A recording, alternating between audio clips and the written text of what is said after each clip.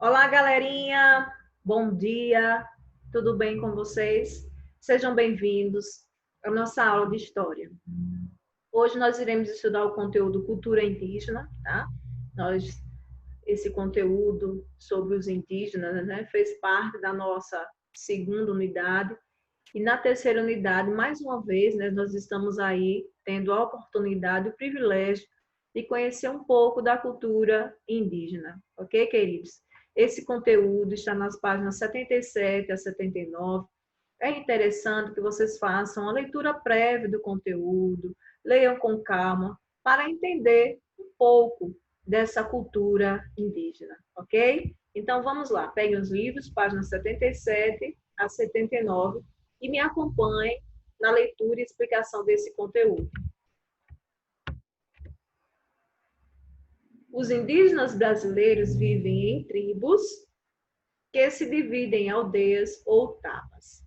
Nas aldeias existem dois líderes: o chefe da aldeia, que é o cacique, ou morubixaba, e o pajé. O pajé, ou xamã, é uma figura de extrema importância dentro das tribos indígenas do Brasil. Ele é o indígena mais experiente e é escolhido pela comunidade para a função sacerdotal, isto é, para ser o líder espiritual da tribo. Desempenha a função de curandeiro, conhece diversos rituais, assim como o poder da cura de ervas e plantas. Ok, pessoal? Então, na cultura indígena, né, a gente sabe que se destacam aí esses líderes, né? E eles são tidos como líderes religiosos da tribo. Em algumas tribos, os índios acreditam que o pajé tem poderes, né, capazes de fazer chover e melhorar a capacidade dele durante a caça e a pesca. Cada sociedade indígena tem suas crenças e rituais religiosos bem diferentes. Porém, todas as tribos acreditam na força da natureza e nos espíritos dos antepassados. Em geral, a religião é politeísta, isto é, acredita-se em vários deuses: o Araci, o Sol, a Lua, Tupã, né? O raio e o trovão. São deuses para os índios, tá? E essa crença, né, no pajé, pessoal, é algo é, bem particular de cada aldeia indígena. É muito comum nas tribos brasileiras os indígenas acreditarem que a natureza é algo vivo, pois ela tem um espírito, um sopro vital e um poder de crescimento incomparável. Já que, se não houver desmatamento, as árvores vivem muito mais do que as pessoas. A religiosidade nas tribos está também ligada à musicalidade, pois a música indígena faz parte do universo religioso mágico e está presente em todas as ações coletivas, sejam em cultos, em ritos, cura, magia, festa. Né? Nós vimos na unidade passada que a relação, né, dos indígenas com a natureza é uma relação de proteção, queridos, tá? É uma relação de respeito. Então, a gente sabe que há todo esse respeito, toda essa proteção dos indígenas, né, para com a natureza. E eles têm esse pensamento porque eles sabem que tudo que eles precisam vem da natureza, ok? Por isso que tem esse respeito, né, pelo ambiente em que eles vivem.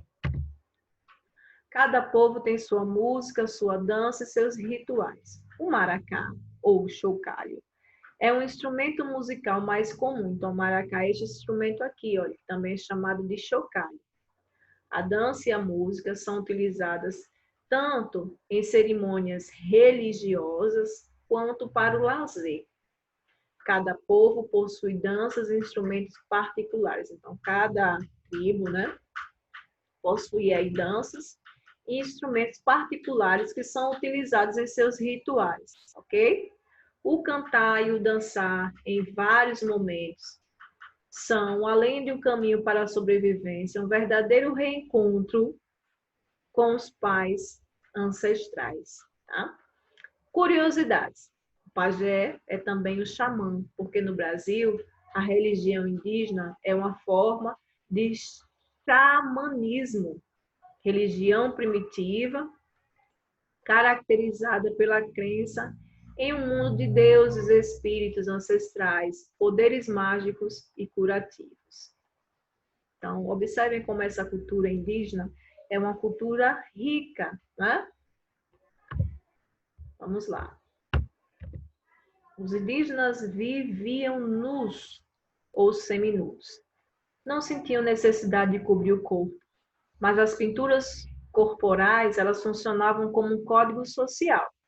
Cada uma delas indicava uma situação específica, seja guerra, nascimento de filhos, né?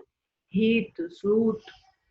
Para os que conheciam o código, a pintura informava mais sobre o estado de quem a usava e sua condição do que as roupas europeias. Então, cada tribo indígena, né, pessoal, tem aí seus costumes, né? E cada pintura que eles faziam na sua pele simbolizava, indicava uma situação específica, tá? Certa feita, a tribo Cariri-Chocó esteve na nossa escola e eles informaram que a tinta que eles usam, né, para estar pintando a pele é derivada do genipapo, né, genipapo verde, né, e que cada desenho que era feito na pele, de fato, indicava uma situação específica, tá? Então, cada tribo tem uma forma de desenho, porque esses desenhos indicam algo, né, referente à sua tribo, ok?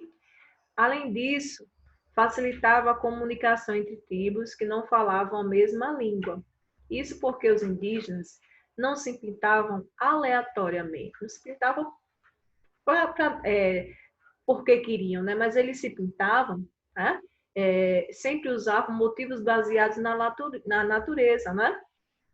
Padrões representando a espinha de peixe, o casco de jabuti, os rastros da cobra, do veado, da onça, eram comuns a muitas tribos, tá, pessoal?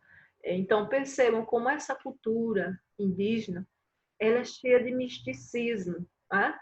E para entender, né, a cultura indígena, só de fato realmente estudando, tá?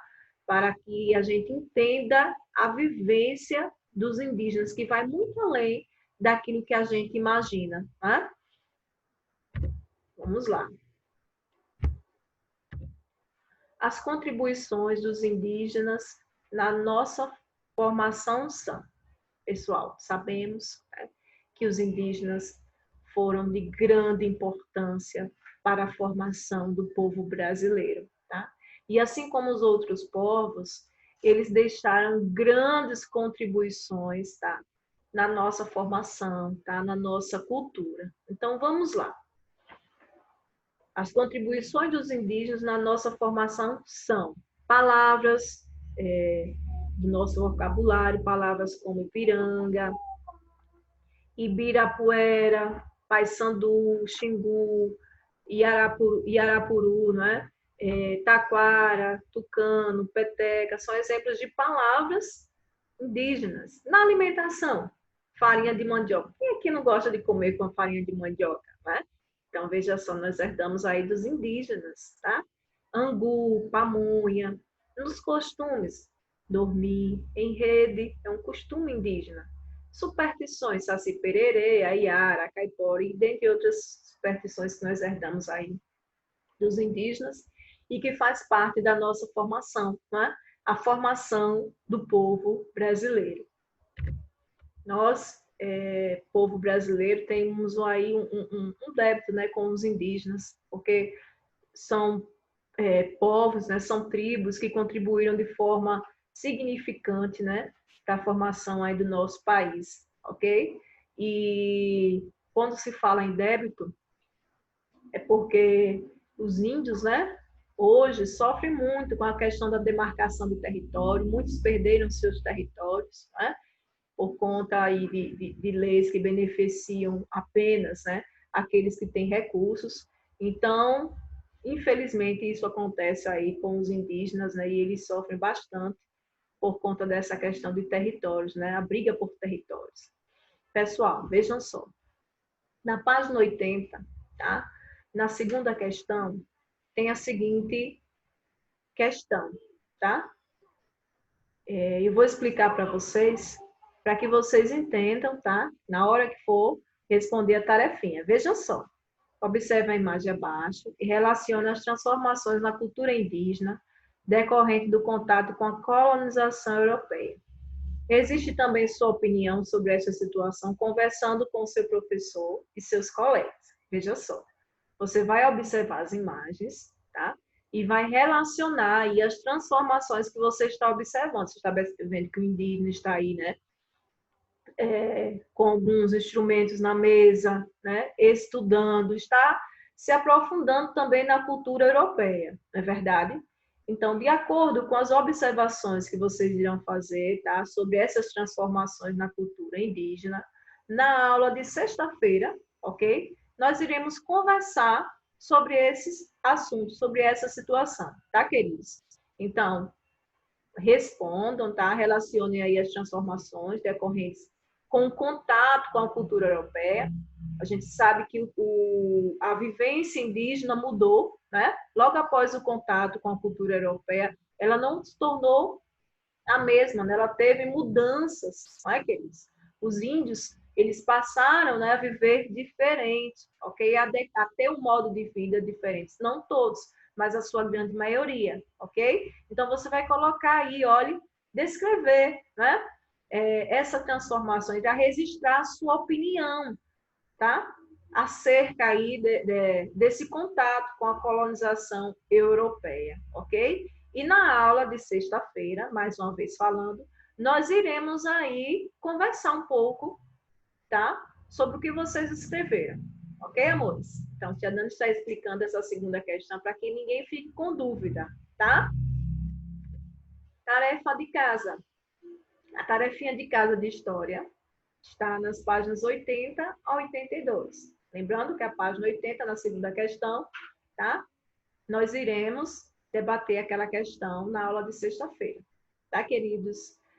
Amores, eu desejo para todos, tá? Uma excelente atividade, creio que essa atividade será bastante produtiva.